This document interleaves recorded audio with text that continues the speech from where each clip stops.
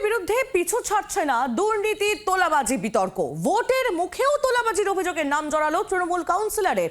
টাকা নেওয়ার কথা স্বীকার করে নিজের প্যাডেই লিখে অবৈধ নির্মাণের অনুমতি দেওয়ার অভিযোগ কাউন্সিলরের বিরুদ্ধে। বাড়তি টাকার দাবিতে তাকে বারবার হেনস্থার অভিযোগ তুলে সরব হলেন স্থানীয় এক বাসিন্দা।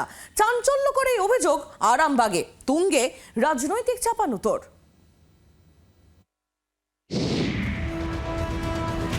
ভোটের ঢাকে কাঠি, প্রার্থীও ঘোষণা করে ফেলেছে তৃণমূল। এবার তোলাবাজির অভিযোগে নাম জড়ালো তৃণমূল কাউন্সিলরের। অভিযোগ, সরকারি জমিতে অবৈধ নির্মাণের অনুমতি দিয়েছেন ওই কাউন্সিলর। শুধু তাই নয়, অনুমতির জন্য 20,000 টাকা নেওয়ার কথা উল্লেখ কাউন্সিলরের প্যাডে। এমনকি সেই প্যাডে কাউন্সিলরের সই। ভোটের বাংলায় এমনই চাঞ্চল্যকর অভিযোগ উঠেছে হুগলির আরামবাগে। তৃণমূল কাউন্সিলরের বিরুদ্ধে সরব ওই ভুক্তভোগী গ্রামবাসী।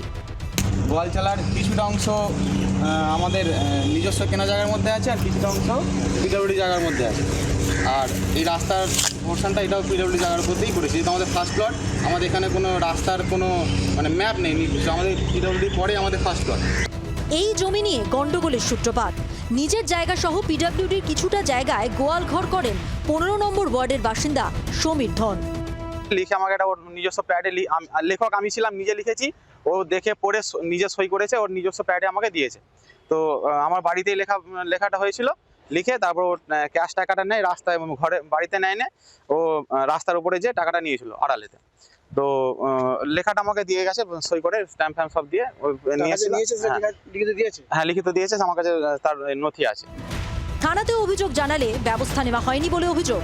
যদিও একথা অস্বীকার করেছেন তৃণমূল কাউন্সিলর সঞ্জয় দাস।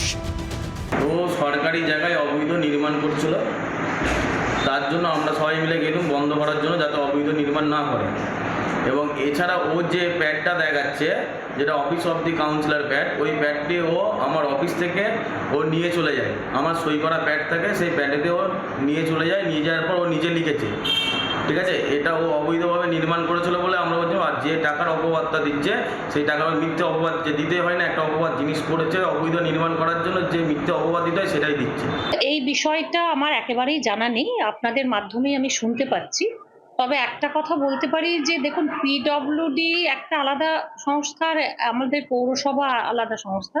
তো পিডব্লিউডির কোনো কাজ, কোনো রাস্তাঘাট, কোনো জায়গা, আমরা এটা পৌরসভার সাথে কোনো সম্পর্ক নেই। তৃণমূলকে আক্রমণ করতে ছাড়েনি বিজেপি। এই যাবৎ পর্যন্ত তৃণমূল যে তলা তুলে চলে, সেটা মানুষের আড়ালে আবদালে এ তলা নিয়েছে, ও নিয়েছে, এরকম আমরা অভিযোগ করতাম। আজকে দেখছি 15 নম্বর ওয়ার্ডের সঞ্জয় দাস যেভাবে তার লিখিত বয়ান দিয়ে মানুষের কাছে অঙ্গীকার করে লিখিত পত্র দিয়ে টাকা নিয়েছে, এটা একদম নিন্দনীয় ঘটনা। এর কোনো ক্ষমা নেই, মাপ নেই। এই দল এইরকম করেই চলবে। তোলাবাজি দুর্নীতির বিরুদ্ধে বহুবার হুঁশিয়ারি দিয়েছে তৃণমূলের শীর্ষ নেতৃত্ব, কিন্তু আদৌ কি দলের নিচু তলায় পৌঁছেছে? প্রশ্ন, কেন এর বিরুদ্ধে ব্যবস্থা নেওয়া হবে না? তারা এখনো আতঙ্কিত।